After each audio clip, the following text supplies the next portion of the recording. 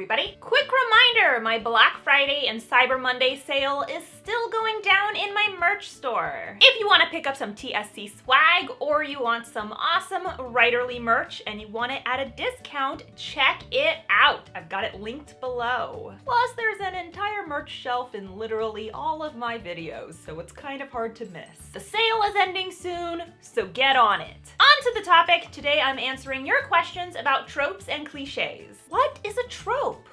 What is a cliche? Are they the same thing? The answer may shock you. People talk a lot of shit about tropes and cliches, and they use the terms interchangeably, but the fact is, tropes and cliches aren't necessarily the same thing, and one of them ain't even bad. People are out here being dumb for nothing, and we're here to set the record straight. This video is dedicated to two of my patrons from over on Patreon, Brian and Niall. Brian and Niall are two of my OG patrons. They have been there forever, and I adore them both. They were interested in learning more about tropes and cliches, specifically trope and cliche subversion, as well as how to avoid cliches, so that's what we're talking about today. I am answering the 10 questions I see most often about tropes and cliches in 3, 2, 1, go. Number 1, what's a trope? A trope is a common convention or plot device. For example, found family is a trope. It's very common to read stories where multiple characters get together and grow to love one another like family. Basically, if the concept comes up a lot in fiction, it can probably be counted as a trope. Number 2, what's a cliche? A cliche, as it pertains to tropes, is a trope that has been used so much that it's become tired and uncreative. If an author employs a popular trope without adding anything new or original to it, it's probably a cliche. This means while tropes and cliches are connected to one another, they're not necessarily the same thing. Additionally, there are other types of cliches in writing. For example, overused expressions and phrases. Obvious examples of cliched phrases are "once upon a time" and "they lived happily ever after." For the sake of this video, I will be focusing on cliched tropes. We'll talk about cliched phrases another time. Number 3, is it a good idea to write tropes? Before we touch on whether or not it's a good idea, let's start with one thing. It's unavoidable. There are countless tropes, way too many to list, because nearly every single plot device you see in fiction can be labeled as a trope. There are entire websites devoted to categorizing them. Newbie writers often proudly proclaim that they're not going to write any tropes, but that is literally impossible. If you have a hero in your story, that's a trope. If there is death, suffering, or conflict, it will likely fit into a trope. This isn't a bad thing. Lots of tropes are really entertaining, and thus it's perfectly fine to use them. It's not a good idea to write tropes that are harmful or alienating. For example, the woman in the refrigerator is a trope where a female character exists solely to be killed off, so a male character can be motivated by her death. This trope is widely hated because it paints an entire gender as disposable, so long as a male character gets to become a hero or vigilante or have his glorious story told. In short, it's inevitable to write tropes. Just make sure you're doing it purposefully and not harmfully. Number 4, is it a good idea to write cliches? Nope. A cliche is an overused, unoriginal trope, and none of that is a good thing. It basically means that you took a trope that's been beaten into the ground and then regurgitated it without offering any new insight. Tropes may be unavoidable, but that doesn't mean you gotta write cliches. Number 5, what are some tips for writing tropes? First and foremost, don't write cliched tropes.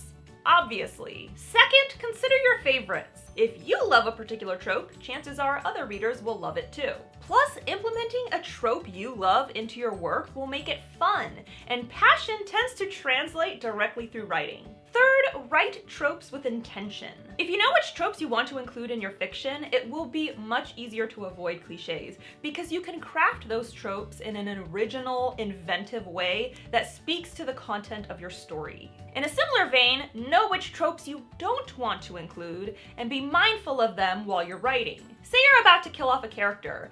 Does their death fit into any harmful tropes, like woman in the refrigerator, bury your gays, or the black dude dies first? Ultimately, being intentional with your tropes is going to make them a lot more powerful and a lot less offensive. Number 6, what are some tips for avoiding cliches? First of all, educate yourself on cliches. It ain't hard to do because people bitch about cliches all over the internet all the time. I've got a whole playlist devoted to it. Second, read. The more you read, the more tropes and cliches you'll come into contact with. This will give you an idea of what you like, what you don't like, what works, and what doesn't. Third, don't play your tropes straight. To play a trope straight means to utilize said trope without any deviation from the norm. You are duplicating what other authors have already made as the standard, which will make the trope feel cliche. Say you're writing a love triangle between a mortal woman, a male vampire, and a male werewolf. This exact scenario has been written ad nauseum, so you're not bringing anything new to the table. The last tip is to get feedback.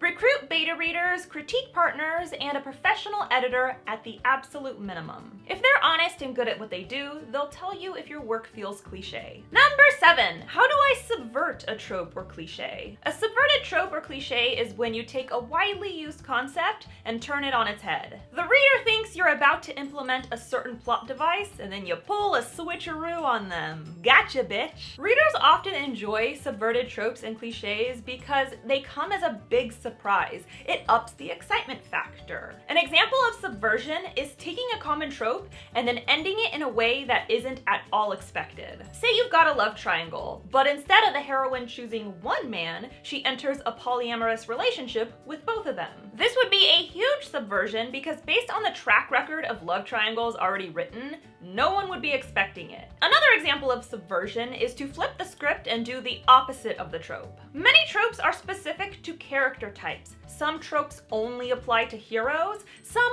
only apply to men. You can subvert these tropes by applying them to villains or women. An example would be the damsel in distress. This is a universally female trope. If you made the damsel in distress a man, that could potentially be a fun subversion. Number 8, how do I know if I've written a cliche? First of all, your characters are one-dimensional. A lot of cliched characters are one note. He's just a dumb jock, she's just an evil ex-girlfriend. Second, can you think of several books that include the same exact trope with little deviation? If your dystopian society has teens divided into different factions based on arbitrary traits, you are regurgitating. Third, are beta readers comparing your book to other stories in a bad way? It's normal to draw comparisons to other pieces of fiction. It's actually a popular marketing technique. But if people are saying, this feels way too much like Harry Potter, or this sounds a lot like The Handmaid's Tale, you're probably leaning too heavily on cliches. Fourth, were the story and characters too easy to create? If you just made a knight rescue a princess because that's how it's supposed to go, congratulations, you're vomiting out cliches. Writing is about imagination. You're supposed to think about your plot and characters for more than 5 seconds. Put in some goddamn effort. And lastly, is your story boring? Cliches are not fun to read because they've been done so many times. If your story doesn't feel new or exciting, it might be because it's relying too heavily on things that have already been done a million times before. Number 9, when is it okay to write cliches? While cliches are not recommended, there are exceptions to the rule. The first exception, like I said before, is subverting a cliche. You're taking the exact thing that made the trope a cliche and you're switching it up, which makes it no longer cliche. Another time it's okay to write a cliche is when you're repurposing it for a brand new audience. Historically speaking, most cliches have been written for a predominantly white cishet audience and involve white cishet characters. But there are a lot of other people out there who've never gotten to see themselves as the damsel in distress or the rugged bad boy. I have a lot of queer friends who are dying for a queer love triangle. Taking your audience into consideration might drastically change what is and isn't considered cliche. And number 10, how can writers use tropes to their advantage? As we already covered, cliches are usually a big nope, But tropes can be pretty great. Lots of readers have favorite tropes. They seek them out in their reading material. It's often the entire reason they pick up a particular book. Thus, an easy way to use tropes to your advantage is to implement them into your marketing. One of my absolute favorite tropes is forbidden romance. So when I was marketing TSC, I made sure everyone knew that that was a trope they could expect to see. You can list tropes in flyers, advertisements, social media, sometimes in the blurb itself. This will pique readers' attention and drum up interest within your target audience, which is exactly what you want. So that's all I got for you today. A huge thank you to Brian and Niall for requesting this topic. If you'd like the chance to have a video dedicated to you, or if you want access to tons of other awards, check me out on Patreon. We have an exclusive writing group, we get early access to videos, we have monthly live streams, there's signed merch, the link is listed below. My Black Friday and Cyber Monday sale is winding down. Be sure to check it out. I've got a merch shelf just below this video. Get on it, you'll love it. Don't forget to subscribe to my channel. I post new videos on Wednesdays, and if you want to be alerted as soon as I upload, ring that bell, because you guys know I am constantly releasing bonus videos. The Savior's Champion is available in ebook, paperback, hardback, signed hardback, as well as audiobook. If you are new to audiobooks, you can listen to TSC on Audible for free. You guys already know those links are listed below. I got you. And be sure to follow me on social media. I'm on Instagram, Tumblr, Facebook, and of course, you can tweet me at Jenna Moreci. Bye! Hey, this is Nick, the voice of Tobias and the narrator for The Savior's Champion, written by our Jenna. If you enjoy her writing advice, or if you want to find out about her publications, then you know what to do. Click the subscribe button, ding the bell, and you'll get notified every single time she puts up a video or she goes live. Now what are you waiting for?